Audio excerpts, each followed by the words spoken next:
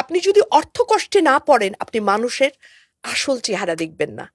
আপনার পাশে বসেই যারা আপনার সঙ্গে মানে কফির কাপে চুমুক দিচ্ছে, তারা আপনার একটা ফোন কল ধরবে না যদি আপনি আর্থিকভাবে ডাউন হয়ে যান। আমি তোমাদের প্রজন্মকেও বলি যে প্রত্যেকটা মানুষের জীবনে একবার করে হলেও বিপদে পড়া উচিত। প্রত্যেকটা মানুষের জীবনে চড়াই উতরাই আছে, তাই না?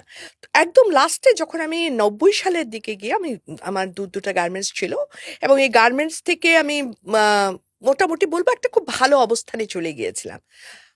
ধুম করে যখন আমার ব্যবসাটা পড়ে যায় নানাবিধ কারণে, তখন না হিমশিম খাওয়ার অবস্থা হয়েছিল। যে আমি ধরেন না লন্ডন, ফ্রান্স, ইটালি, বায়ার এরকম নিয়ে ব্যবস্থা ছিলাম, এমন একটা অবস্থান হলো বাচ্চাদের স্কুল থেকে ছাড়াতে হলো, একেবারে চূড়া থেকে একদম নিচে পড়ে যাওয়া যেটাকে বলে।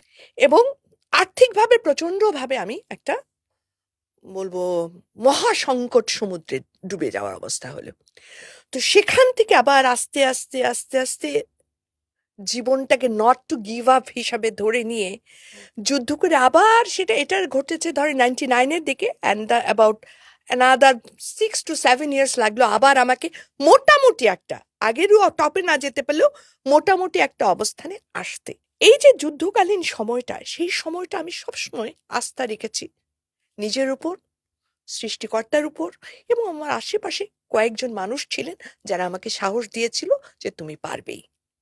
তো এই সব কিছু মিলিয়ে না, যখন 2007-08-এর দিকে গিয়ে আমার একটা মোটামুটি অবস্থান হলো, তখন আমার কাছে মনে হলো, আচ্ছা, আমি যখন পেরেছি, কারণ অনেকে আমার ব্যাপারে অনেকে বলেছে উনি গেছেন, ওনার শেষ তো শেষ হয়ে গেছে। ওনার 40 করে ফেলেন।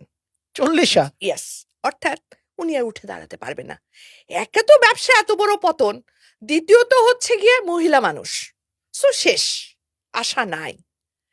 সেখান থেকে আবার আমি দাঁড়াতে পেরেছি, কারণ আমি ভাবতাম যে আমি, আমার রাব্বুল আলামিন আমাকে ইনশাল্লাহ কোনোদিন ফেলবেন না। আমি তোমাদের প্রজন্মকেও বলি যে প্রত্যেকটা মানুষের জীবনে একবার করে হলেও বিপদে পড়া উচিত।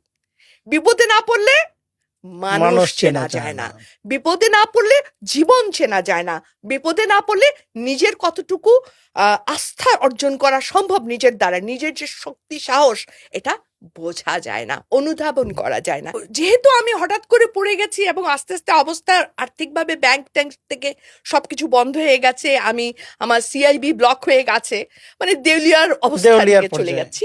তো তখন আমি দেখলাম যে আমার খুব প্রিয়জনেরাও আমাকে আর চেনে না। আমি সালাম আলাইকুম বললেও দেখেও না দেখার ভান করেছে। আমি অনেককে জানি যাদের নাম আমি বলবো না, বলা উচিত না।